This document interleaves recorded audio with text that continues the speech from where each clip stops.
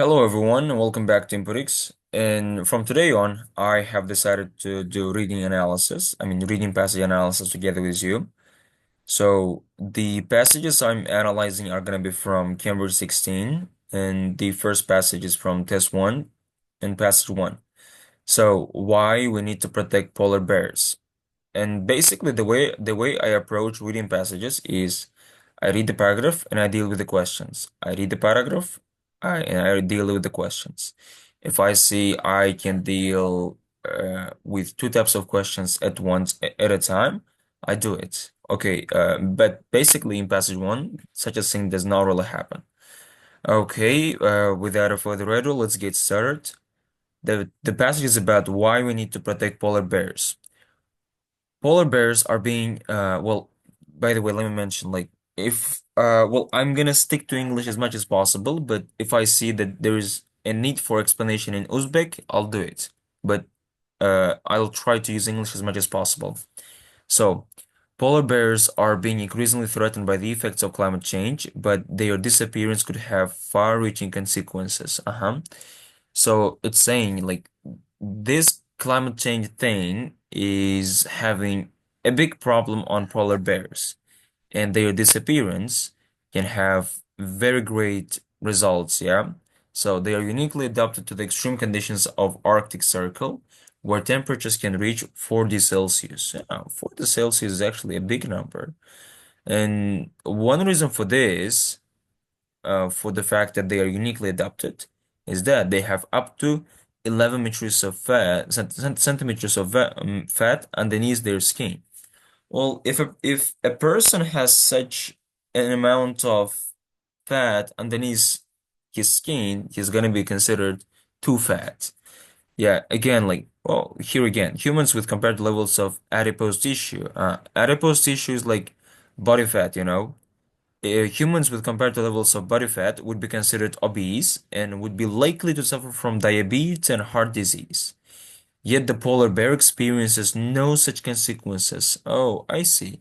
So the paragraph is comparing humans and polar bears, saying that if polar bears have this amount of fat underneath their skin, they experience no health problems. On the other hand, humans experience a lot of heart problems and diabetes just because they have adipose tissue, like high levels of adipose tissue, which is body fat. Okay, let's see the first question. Polar bears suffer from various health problems due to they build up fat underneath their skin. Okay, we're having health problems and build up fat. And our answer is not true, not given. That's gonna be false. Because it said humans suffer from diabetes and heart disease, not bears, yeah? If the question said humans suffer from, the answer then could have been correct, but our answer for now is gonna be incorrect. Let's continue. A 2014 study by Shipang Li and colleagues sheds light on this mystery. Yeah. The word sheds light on means like explain something in detail. On this mystery is like the fact that polar bears do not suffer from health problems. Okay, they compare the genetic structure of polar bears with that of their closest relatives, yeah? Like one from the Antarctic, from a warmer climate, and the other one was from the warmer climates. They're actually very um, close relatives, just their location is different and their body structure may differ a little. And this allowed them to determine the genes that have allowed polar bears to survive in one of the toughest environments on Earth. Liu and his colleagues found that polar bears had a gene. Onların geni bu gene ne kadar bir tanesi de funksiyası bu gene iken known as APOB, APOB DNS. High-ski reduces levels of low-density lipoproteins, a form of bad cholesterol. Also, bad cholesterol, like I don't know what is it. Maybe that's related to the fact that having problems because of fat, maybe, yeah. Okay, Kayski, reduced levels of low density lipoproteins or low density lipoproteins diyeni işte sürekli küçülmesi diye bölüşü mümkün. Like yeah. So, in humans, mutations of this gene are associated with increased risk of heart disease. Huh? If humans have these low density lipoproteins, they're going to have increased risk of heart disease. Polar bears may therefore be an important study model to understand heart disease in humans. The study done by Lee and his colleagues compared different groups of polar bears. That's of course false, just the fact because of the fact that they were close, they compared the closest relatives, not different groups of polar bears, and they were actually just two groups, the one from Arctic and one from warmer climates, yeah. Next one, Liu and colleagues were the first researchers to compare the polar bears and brown bears genetically. Well, that's not given. There's no mention of the saying that they were the first people. Let me highlight it as well. Okay. Polar bears are able to control their levels, are able to control their levels of bad cholesterol by genetic means. So here it said, Liu and his colleagues found that polar bears had a gene. You see, they were able to control their uh, bad cholesterol. So the answer for this question is gonna be true. They had a gene to control this form of bad cholesterol, yeah. Uh, so the synonym for able to control is like reduced levels, yeah. That's why the answer for the question 4 is gonna be true. Female polar bears are able to survive for about 6 months without food. Well, I think we haven't read about this one. Okay, let's continue reading. The genome, yeah, of the polar bear may also provide the solution for another condition, one that particularly affects our older generation, osteoporosis. Osteoporosis, like osteochondrosis, yeah, if I'm not mistaken. Okay, this is a disease where bones show reduced density, and usually caused by insufficient exercise, reduced calcium intake, or food starvation. Bone tissue is constantly being remodeled, meaning that the bone is added or removed, depending on nutrition availability and the stress that the bone is under. Female polar bears, however, undergo extreme conditions during even pregnancy. It's like if they are pregnant, they're gonna have like very hard time. Once autumn comes around, these females will dig maternity dens in the snow and will remain there throughout the winter. You see, if they are pregnant and if autumn comes, they're just gonna go and sit there for a long time, both before and after the births of their cubs. This process results in about 6 months of fasting. Oh, that's insane. They don't eat anything during 6 months, where the female bears have to keep themselves and their cubs alive, depleting their own calcium and calorie reserves. Despite this, their bones remain strong and dense. You see, with no food, they're gonna remain strong and dense. That's actually great. So, female bears are able to survive for about 6 months without food. The answer is true, because the passage said they are able to survive with fasting for about 6 months. And it was found that the bones of female polar bears were very weak when they come out of their dens in spring. The answer is false, because in the last sentence it said, despite this process of this process, which results in about 6 months of fasting, their bones remain strong and dense.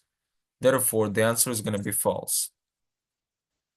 For the question 7, yeah. For the question 6, we found the answer from here. And then for the question 5, we found the answer from actually that was for the 5th and 6th, yeah. Sorry. So let's continue. We haven't read anything about the reasons why polar bears should be protected yet. I think that's going to be in the next paragraphs.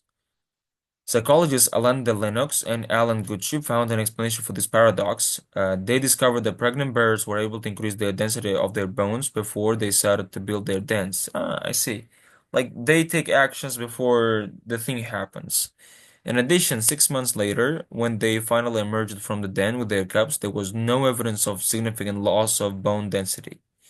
Hibernating brown bears do not have this capacity and must therefore resort to major bone reformation in the following spring. So, the word resort to means choose something because of no option. Those hibernating brown bears, like after a specific period of time, have to do bone reformation. Maybe it can be done by eating a lot of foods. Maybe it can be done by doing some kind of exercises. And yeah, that means like they are weaker compared to those polar bears. And if the mechanism of bone remodeling in polar bears can be understood, many bedridden humans, like the word bedridden is like those who have problems with their bones, and even astronauts could potentially benefit. And the polar bear's mechanism for increasing bone density could also be used for people one day. Uh, did it talk about it? I'm not really sure. Well, until now, I'm thinking it's like not given. Let's read another paragraph and see if it's actually not given. The medical benefits of polar bear for humanity certainly have their importance in our in our conservation efforts, but these should not be the only factors taken into consideration. Uh-huh. We tend to want to protect animals we think are intelligent and possess emotions, just elephants and primates. Bears, on the other hand, seem to be perceived as stupid and in many cases violent. And yet anecdotal evidence from the field challenges those assumptions, suggesting, for example, that polar bears have good problem-solving abilities. Um, so there's an evidence in this field, in the field of, exploring those bears, and it challenges those guesses, those myths, yeah, you can say myth, suggesting, for example, that polar bears have good problem-solving abilities. They're not just stupid, they're not, what was it? They're not stupid, they're not violent, they're actually good at problem solving. A male bear called Gogo in Tennoji Zoo, Osaka, has even been observed making use of a tool to manipulate his environment. You see? That's great. The bear used a tree branch on multiple occasions to dislodge a piece of meat hung out of his reach. Problem-solving ability has also been witnessed in wild polar bears, although not as obviously as with Gogo. A calculated move by a male bear involved running and jumping on the barrels in an attempt to get a photographer standing on a platform 4 meters high. That's actually pretty mind-blowing, mind-blowing. So, the question 7, the polar bear's mechanism for increased bone density could also be used by people one day. The answer is actually coming from here, I believe. Um, like also from here, many bedridden humans and even astronauts could potentially benefit. The medical benefits of polar bear for humanity certainly have their importance in our conservation efforts, but these should not be only factors taken into consideration. So our answer for the question 7 is coming from here, and the answer is true.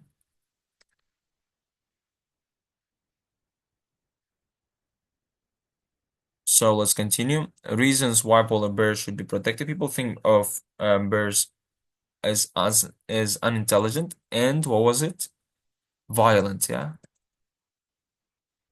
Ularni o'sha aqlsiz va vahshiy deb o'ylashar ekan.